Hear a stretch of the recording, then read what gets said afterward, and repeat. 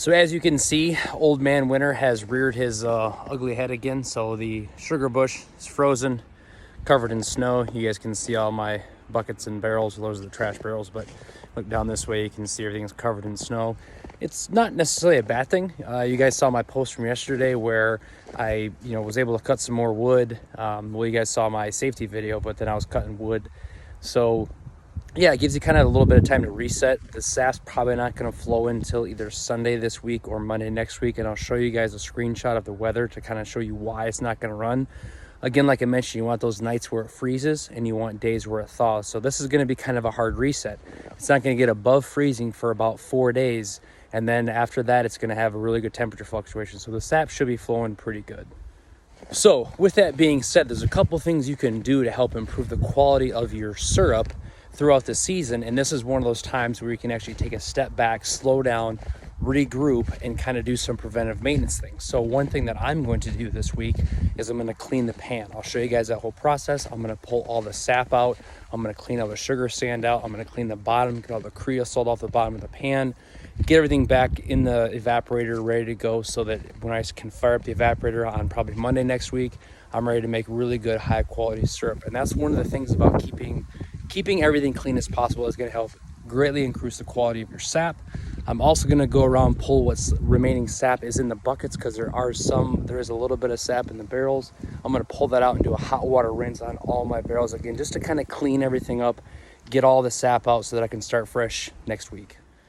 So by now you might be thinking like, man, there's a lot of work that goes into this. I mean, just between now and probably Sunday or Monday of next week, I will probably put close to 15 hours of, again, preventive maintenance and cleaning just into this operation.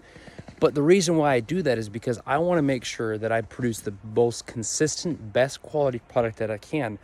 I'm looking for volume, but I'm looking for quality as well. I don't want to just produce, medium grade syrup. I want to try to create as much golden delicate and amber rich syrup that I can. Again, that's what I think most of my customers or most of you guys are looking for, is that really good quality. So yeah, I'll probably have another, like I said, 10, 15 hours into just getting ready for the next big run. But hey, that's what it takes to make really good quality syrup. I'll do it. So one more quick thing just to go over before I finish this post up. But one thing you can also do too is make sure you walk your lines in the woods. There's a pesky thing called a squirrel, whether it's a red squirrel, a gray squirrel, fox squirrel.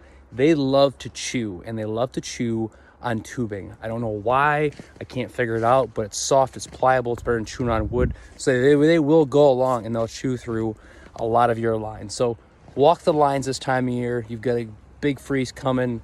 Check the lines, make sure nothing's falling on them. Again, because when those big runs do happen, you want to make sure that everything's ready to rock and roll, so you guys do not miss out on the best sap of the season, which is early season, because the sugar concentration is the highest. So what I'm going to also do this week is walk all the lines and make sure everything's good and tight, and no squirrels or anything has chewed on it.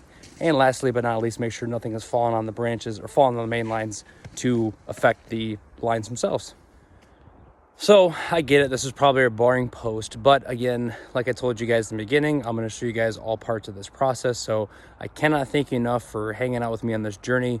Really do appreciate all the follows, all the comments, all the questions. Guys, keep them coming, because I love to answer questions and share information and share knowledge. I am by no means an expert, but I've been very fortunate to have a lot of good teachers over the past couple of years and teach me how to make maple syrup. So I feel that it's my duty to give back to you guys. So again, my name is Jay Ball with Blue Jersey Maple Syrup. Appreciate you guys' time, and we will see you later this week. Thanks.